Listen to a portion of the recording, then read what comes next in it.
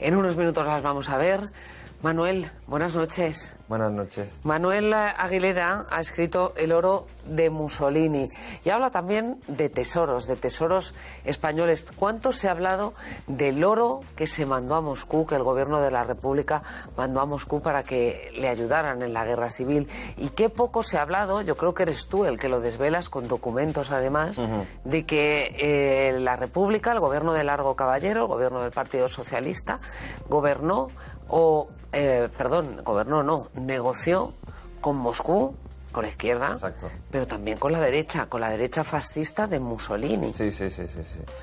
Negoció con Mussolini y negoció con Hitler. Y además durante meses y con varias reuniones. O sea, no fue una cosa puntual y tal. O sea, fue una negociación larga y que además, bueno, luego podemos hablar si quieres, no fructificó porque se cambió al presidente del gobierno. Es una relación larga que tú demuestras con mucha documentación. ¿Cuántos años te has tirado investigando?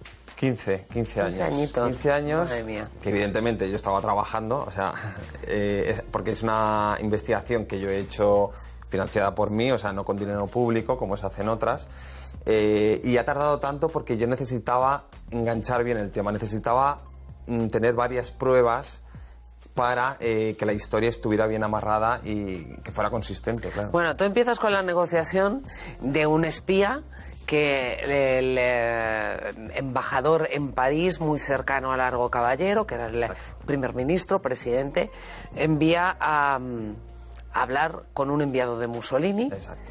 Y tienes las cartas que prueban y los documentos que prueban esa reunión, en la que le piden a Mussolini: retírese usted de la guerra civil española, porque si no se retira va a ganar el bando de Franco.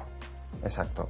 Claro, la República está en un momento... Esas que estamos viendo son las cartas, los documentos. Sí, son esas que se reproducen en el libro, además, para que, o sea, no solo pongo la asignatura, sino que reproduzco los documentos más importantes para que la gente no tenga dudas, ¿no? Porque yo, sabiendo que era un tema tan delicado, yo sabía que podía haber alguien que lo cuestionara. Todavía no ha aparecido nadie, pero puede haber alguien, y ahí están los documentos, ¿no? Entonces, bueno, como dices, una reunión que es muy novelesca, que es entre un espía del gobierno republicano y un espía del gobierno de Mussolini en Mónaco. Y esto es justo en marzo de 1937. Y ahí es donde se ponen las cartas sobre la mesa. Mussolini dice: bueno, que si queréis que nosotros dejemos de apoyar a Franco, vosotros nos tenéis que dar Baleares. No lo dice así. Lo que quiere es crear Moscú pide oro en lingotes, pero Mussolini lo que pide es la isla de Mallorca. O sea, pide Baleares y lo que quiere es crear una colonia enviando 100.000 italianos y además manteniendo mínimo 2 bases aéreas. Claro, enviar en ese momento 100.000 italianos a Baleares era convertir de golpe a 1 de cada 5 Baleares en italiano. Entonces era una conquista social que luego iría reproduciéndose, porque además ellos tenían el control económico de las islas. O sea, con el control económico, social, cultural y militar, pues al final acabas haciéndote con el territorio. ¿Por qué tenía tanto interés en Mallorca Mussolini? Porque por su valor geoestratégico. Mussolini quería dominar el Mediterráneo. Y en el Mediterráneo occidental se fijó sobre todo en Túnez, que era un protectorado francés, y aplicó este modelo colonial que quería aplicar en Baleares, ya lo aplicó en Túnez.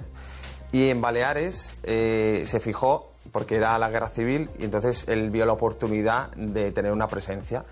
Él tenía, durante la guerra tuvo una presencia con bases aéreas y navales y fue ampliando ese poder. Él quería controlar sobre todo las Baleares porque veía que en el futuro más inmediato iba a haber una guerra con Francia y quería cortar las líneas de suministro de Francia con África, donde Francia tenía sus colonias, y así podría bloquear la vía de suministro más importante que tendría Francia en una guerra. Si Largo Caballero hubiera seguido en el gobierno, ¿le habría dado Mallorca a Mussolini, tú crees? Podría haber ocurrido. De hecho, cuando Manuel Azaña... ¿Esa es la razón por la que le echa Azaña?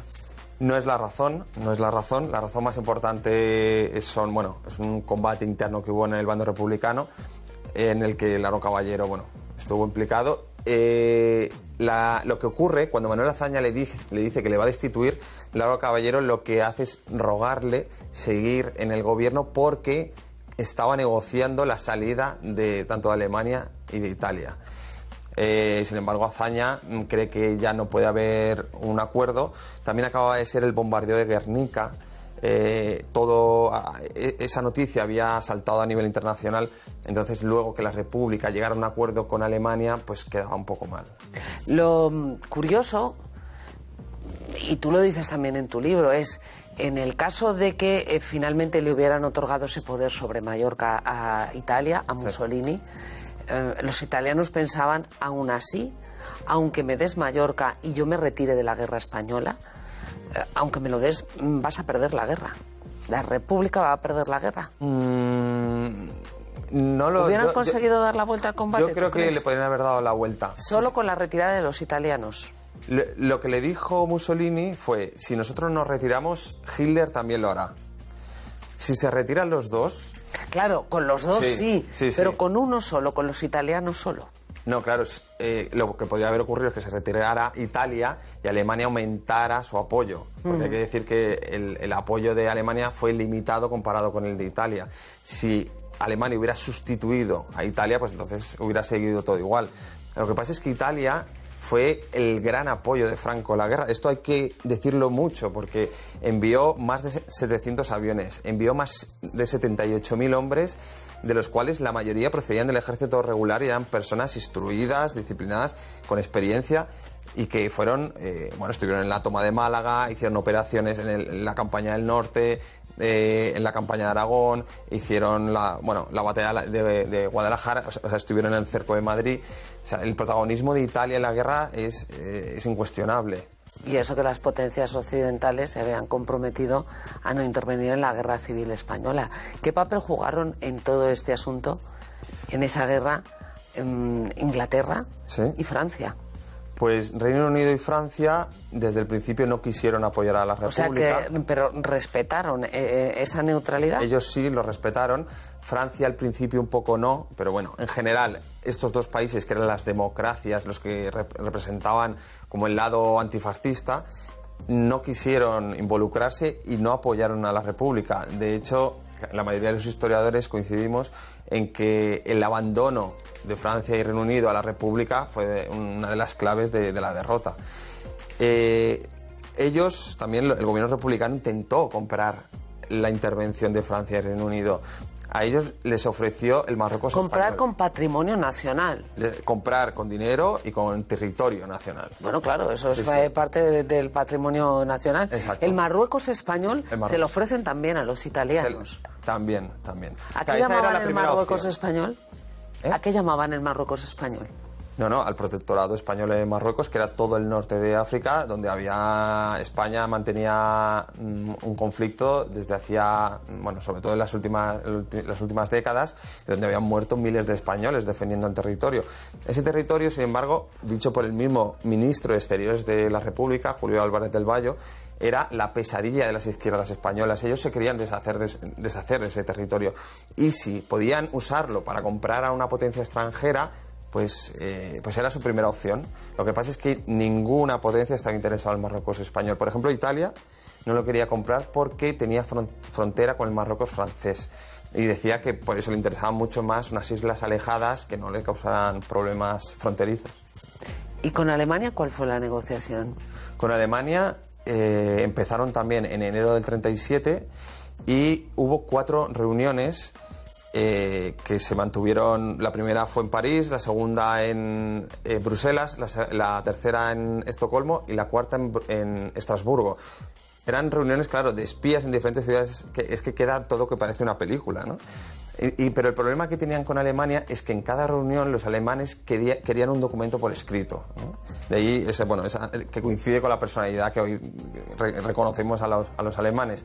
Sin embargo, el gobierno republicano le decía que no podía darle un documento oficial porque luego se podía usar como propaganda en contra de la República y que solo se lo diría oral. Sin embargo, ahí quedan esas cartas que reflejan las reuniones que se produjeron y es otra cosa que me ha llamado la atención de tu libro, porque tú narras lo que vas descubriendo en paralelo a explicar cómo desarrollas la investigación. Exacto. De hecho, incluso pintas el panorama de Mallorca y dices, bueno, dirían que no se la entregamos en su día a Mussolini, pero anda que no hay alemanes, no hay italianos, no hay ingleses.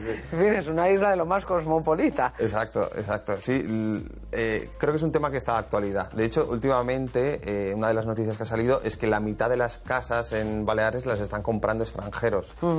Es el 50%. Claro, pero ¿qué es lo que cambia con aquella época?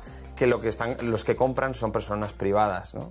Y al final los que venden pues son los mallorquines, pues que quieren hacer negocio, lo que sea. En aquel momento era un plan colonial hecho por estados, ¿no? Y yo lo que he descubierto también en este libro es que Mussolini llegó a comprar fincas privadas, además con empresas pantalla y testaferros mallorquines. O sea, era todo secreto. Un libro que has trabajado viajando por medio mundo para encontrar la pista de archivos que después estaban aquí en España. ¿Es tan difícil investigar como parece leyéndote?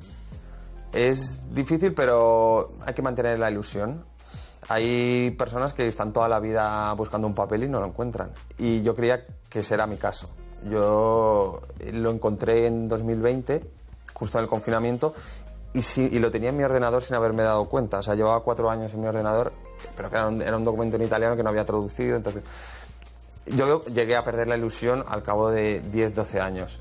Es difícil porque también hay mucho caos en los archivos. O sea, no es que digas, necesito una cosa que pasó con estos nombres en una fecha y en un lugar determinado. Y vas al archivo y crees que lo vas a encontrar. Es que hay mucho caos. ¿Cuántos archivos hay de la Guerra Civil Española? ¿Dónde están los documentos de la Guerra Civil Española de los dos bandos? El más importante es el Centro Documental de Memoria Histórica que está en Salamanca, o sea, el conocido archivo de Salamanca. Y luego se ha ido también desperdigando. Hay un archivo, el Archivo Nacional de Cataluña, el Archivo Militar de Ávila, es muy importante. Y yo estuve en uno en San Francisco, que es una de las claves del libro que cuento, que hay historiadores que dicen, por ejemplo Stanley Payne dice que está entre los 2 o 3 mejores archivos del mundo para el estudio de la guerra civil. Hay que irse a Silicon Valley, al Valle del Silicio, donde están las grandes empresas tecnológicas, para encontrar archivos importantísimos sobre la historia de España. Tremendo. Exacto, sí, es increíble. Y de hecho, cuando yo estaba en el archivo, me encontraba españoles por allí que estaban estudiando y me decían, ¿de verdad que estás investigando la guerra civil española aquí? Y yo, te lo juro, sí. Es sorprendente, sí, es raro. Lo que pasa es que ese archivo es muy importante porque, bueno, es una universidad privada que tiene mucho dinero y compra archivos valiosos. No solo estaba yo, había rusos, había argentinos.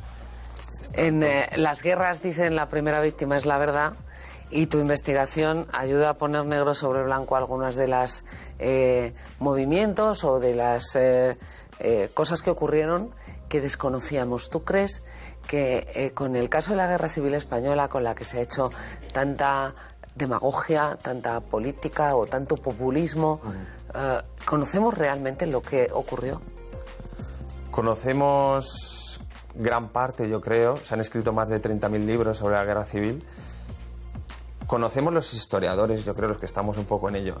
Lo importante es cómo transmitimos lo que sabemos a la sociedad. Y creo que es importante contarlo todo, porque si contamos una verdad a medias, estamos diciendo una mentira. Y si la mentira triunfa en la sociedad, no seremos libres, ¿no? Al final, lo que nos hace libres es la verdad. Entonces, hay que trabajar por eso. Y tú lo has hecho. Los del otro bando, los de Franco, se enteraron de que la República estaba negociando con Alemania e Italia para que se retiraran de la Guerra Civil Española. Que yo sepa, no. Pero, bueno, eso es otra línea de investigación que podría... Yo me centré en estas negociaciones y bueno, ahí está, en el libro. Un trabajo de 10 años que acaba en este libro, El oro de Mussolini, que demuestra con documentos, es un libro, pero es una investigación en toda regla importante para reconstruir nuestro pasado, que demuestra que la República negoció con Italia el régimen fascista de Mussolini negoció con el régimen nazi de Hitler que salieran de la guerra civil española para tener la posibilidad de ganar esa contienda. Manuel Aguilera, recién llegado de Mallorca, no vendieron tu isla, afortunadamente. Exacto, menos mal. Nos encanta Mallorca. Gracias por traernos aquí tu libro. Nada, encantado, y estáis invitados a Mallorca, por supuesto. Un placer, gracias. Esta tarde en Jaén ha reaparecido José